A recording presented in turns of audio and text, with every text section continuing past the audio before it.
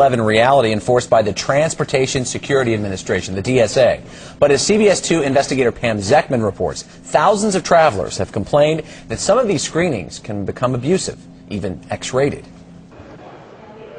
For arguing with a TSA agent, this woman winds up being slammed to the floor. She's filed a lawsuit.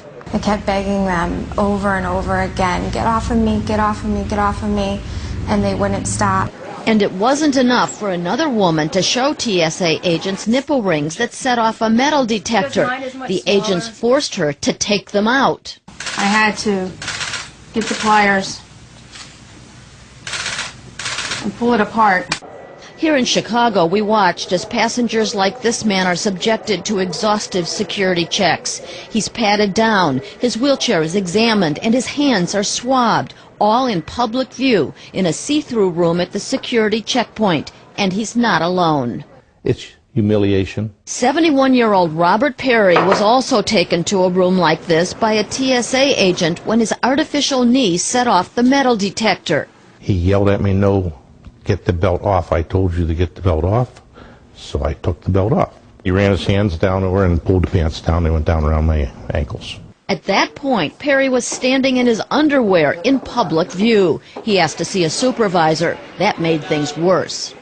She was yelling, "I have power, I have power, I have power." The power to stop him from flying to Florida with his wife that day to celebrate their 50th wedding anniversary. Make you feel like you have no rights. Perry says he always alerts TSA agents about his metal knee and wonders why they can't just check his leg. If somebody told me that I'm going to save the people on the airplane by taking my pants off out in public on there, I wouldn't mind doing it.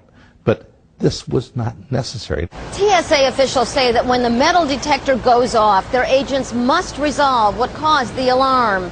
But experts say it's important to use common sense when balancing security with customer service.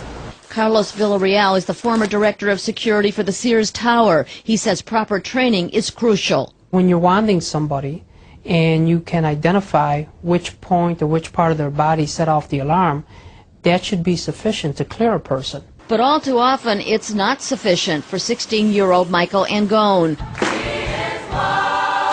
She frequently flies as a member of the Chicago Children's Choir. I've had to completely take my pants off and show them like my entire leg before. As a baby, Angone was diagnosed with cancer. Her parents, Chicago police officers, had to have her leg amputated. She always warns TSA security agents that her prosthetic leg will set off the metal detector, but many insist on doing an embarrassing full-body pat-down. And I feel like I'm being felt up in public. What's the reason for all the feeling up? The groping at the back of the neck, the chest, underneath the bra, all the groping on her body, her buttocks. We asked the TSA those questions, but got no answers. The key word here is reasonable, and they've gone off the track. They're not reasonable.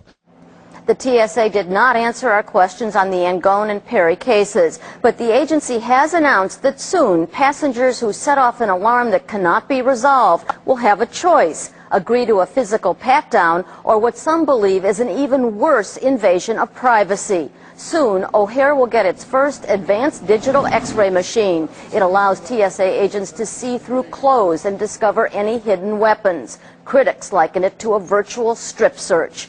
A TSA spokesman said that out of 2 billion passengers screened since 9/11, there's only been 110,000 complaints. As a result of the nipple ring case, the TSA did change its procedures regarding body piercings. Rob and Ann.